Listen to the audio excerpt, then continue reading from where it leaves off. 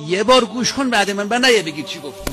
اونایی که مشکل مالی دارین حدود 5 الی 10 دقیقه به اذان صبح، 5 الی 10 دقیقه به اذان صبح تا 1 سال 100 مرتبه استغفر الله ربی و اتوب الیه.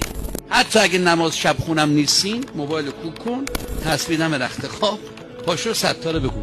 خاصی بیدار به اون تا نماز صبح، خاصی بخواب دور پاش نماز صبح. بعضیا رو گفته شده بهشون سر 4-5 ماه بعضیشون خوب شده. قطع نکنی.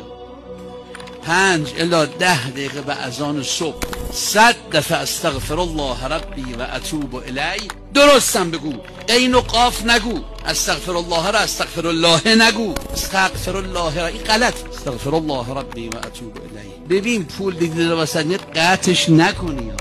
کارو بارد گرفت قطعش نکن. کیشی کم نده که کی وضع من خوب میشه. اینم خلاف توکل شاید باشه. بسپار به خدا.